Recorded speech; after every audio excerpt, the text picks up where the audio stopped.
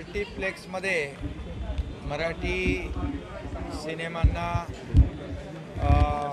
प्राधान्य मिळालं पाहिजे यासाठी एक बैठक झाली आणि या बैठकीमध्ये संबंधित आपले सांस्कृतिक मंत्री होते, परिवहन मंत्री होते आणि या बैठकीमध्ये आपले मराठी चित्रपटाचे दिग्दर्शक होते आणि त्याचबरोबर मल्टीप्लेक्स थिएटरचे लोक होते. संबंधित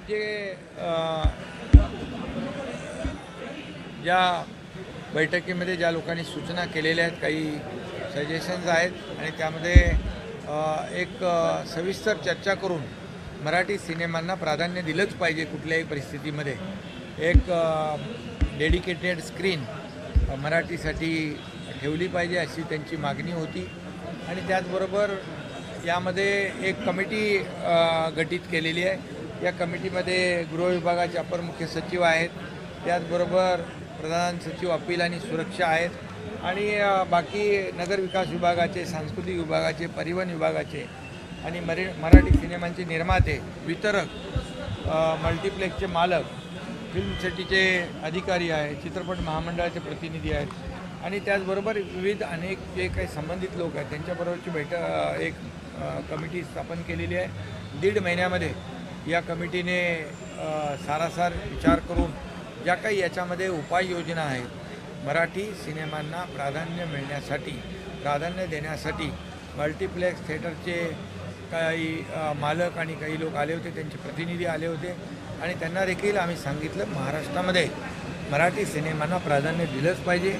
कुठल्याही परिस्थितीमध्ये मराठी सिनेमे काही लोकांच्या आपल्या तक्रारी होत्या निर्मात्यांच्या मध्येच सिनेमे काढण्याचा देखील प्रकार झाला, तर अशा प्रकारचं कुठली घटना होता कामा नये आणि म्हणून मराठी सिनेमांना प्राधान्य देणं, त्यांना वेळ देणं, प्राईम टाईम देणं आणि त्याचबरोबर डेडिकेटेड स्क्रीन त्यांना मिळाली पाहिजे अशी मागणी त्यांची होती. तर त्यावर एक समिती गठीत केलेली आहे आणि 1.5 महिन्यामध्ये या समितीचा अहवाल येईल आणि त्यावर आम्ही हेही सांगितलं, सरकार म्हणून, शासन म्हणून जे आम्हाला काही करायचं आहे तेही तुम्ही सूचित करा.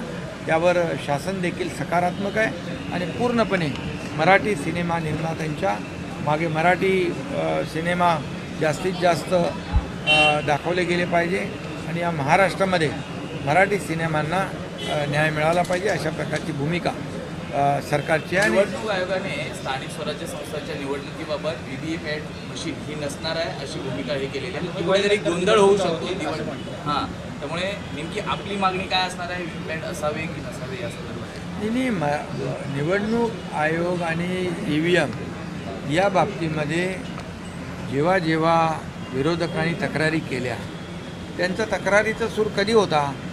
जेव्हा ते हरले तेव्हा त्यांनी EVMवर, व्हीव्हीपॅटवर, सर्व याच्यावर त्यांनी आरोप केले, निवडणूक आयोगावर पण आरोप केले. परंतु जेव्हा ते जिंकले तेव्हा EVM चांगला आहे, निवडणूक आयोग चांगला आहे, सर्व चांगलं आहे. हे काय रडीचा डाव आहे खरं म्हणजे. आणि म्हणून यामध्ये जे काय ट्रान्सपरन्सी असली पाहिजे मतदारांमध्ये आणि जनतेमध्ये अशीच भूमिका आमची सरकारची आहे. उद्धव ठाकरे जात आहे डिनर डिप्लोमासाठी. माधुरी